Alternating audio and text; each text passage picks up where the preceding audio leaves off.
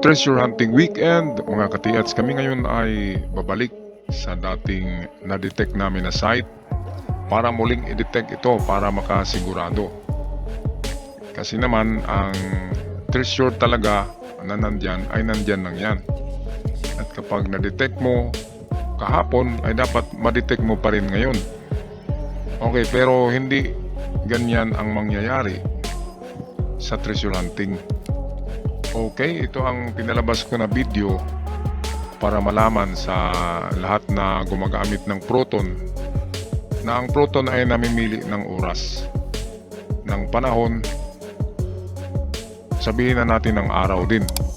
Kasi ang pinakamalakas na detection namin ng mga araw ay Lunes at saka Miyerkules. At ang rest of the day of the week ay mahina at ang mga itong image na makikita ay kalat-kalat na pula. Pero sa Lunes at Miyerkules, ang mga image karamihan sa detection namin ay solid na mga rectangle at square. Minsan meron pang bilog. Hindi kasama yung hexagon. Ang hexagon ay given yan sa sa graphics yan. Kaya kung may makita kayong hexagon, hindi yun item. Ang hexagon ay sa graphics. Okay, parang lumaki ang pixel.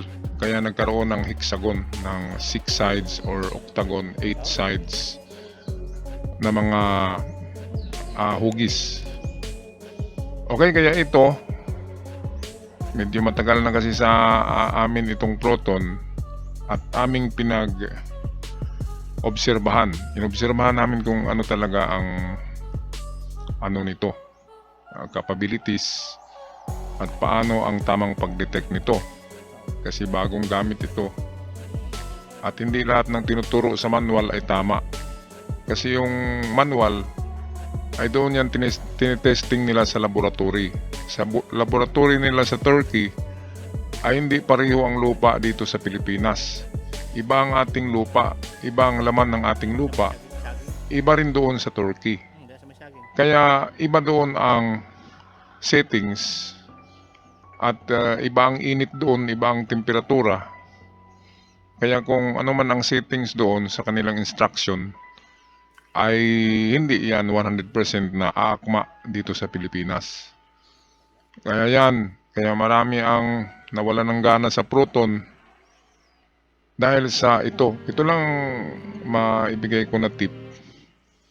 Huwag kayong mag-detect or mag-scan sa ganitong oras. Ang oras ngayon ay alas 11 at napakainit. Kita nyo, sikat na sikat ang araw. Napakainit niyan, halos 50 degrees Celsius.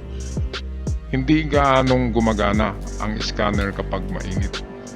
Ngunit sa aming experience nito sa Proton, kapag inabutan kami ng 5 PM to 6 PM ay maganda ang detection. So ibig sabihin, ang magandang oras sa pag-detect ay alas 5, alas 6 or gabi. Yung medyo hindi na mainit.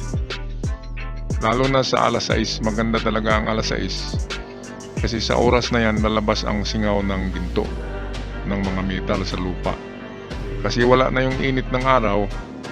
Ngayon, ang init na nasa ilalim ng lupa ay sisingaw yan. At yan ang masasagap ng ating mga locator at scanners. Okay, katulad noong unang punta namin dito, nakapag-read kami ng 30,000, mahigit. 30,000 ang value sa Proton. Ibig sabihin, precious metal. Ngayon, itong pagbalik namin dito, ngayon na ibang araw at ibang oras. Kasi ngayon ay alas 11. Noong last time na nag-detect kami ay 5:30 yun. Umabot na kami ng 6 sa lugar na ito. At napakaganda ng image. Rectangular talaga siya ang image. At mahalata mo na magandang image yan. Kasi ang lalim niya ay hindi Hindi yung lalim na 1 meter, 2 meters. Ang lalim niya ay yung lalim talaga ng pagbaon ng hapon ng mga giveaway. So nagbigay siya ng lalim na 8. Minsan variable yan, 8, 9. Depende yan sa pag may kilos mo ang sensor. So kapag ganyan kalalim na 8 to 9, ay maganda yan ng mga sinyalis na ang natamaan nyo ay giveaway. Maganda kapag giveaway. Kasi yan lang talaga ang kaya nating hanapin, ang giveaway. Kapag mga bunker na, ay kailangan na natin ng heavy equipment at mga mining engineer. Mga engineer na alam ang karakter ng lupa. Kasi malalim ang mga treasure bunker ng hapon. So ito ang chance natin, ang giveaway. Sa lalim na 8 to 12, mga giveaway pa rin yan. Okay, so yan na may bahagi ko sa inyo mga ka-TH sa humahawak ng Proton. At kahit anumang klaseng scanner, iwan ko lang sa iba, basta ang Proton ay namimili siya ng oras. At walang epekto kapag ganito kainit na alas 11. Ay mababa talaga ang reading at saka ang image niya ay kalat-kalat. Hindi solid yung pula. At kapag kalat-kalat ay wala talaga yan kasi minerals yan. Alright, so bago tayo magtapos, ako'y magpaalala sa ating mga ka-TH na gusto magkaroon ng dowsing rod, ay meron pa akong 3 ira-raffle na dowsing rod sa ating channel na The Art Lover Millennials. Kaya comment lang doon para mapili sa raffle. Meron na tayong 2 na pinadalhan ko last week at meron pang 3 na natira.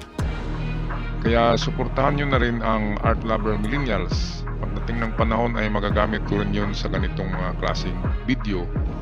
Reserva na channel ang Art Lover Millennials. At ako'y magpaalam na hanggang sa muli mga ka-TH. Ingat kayo.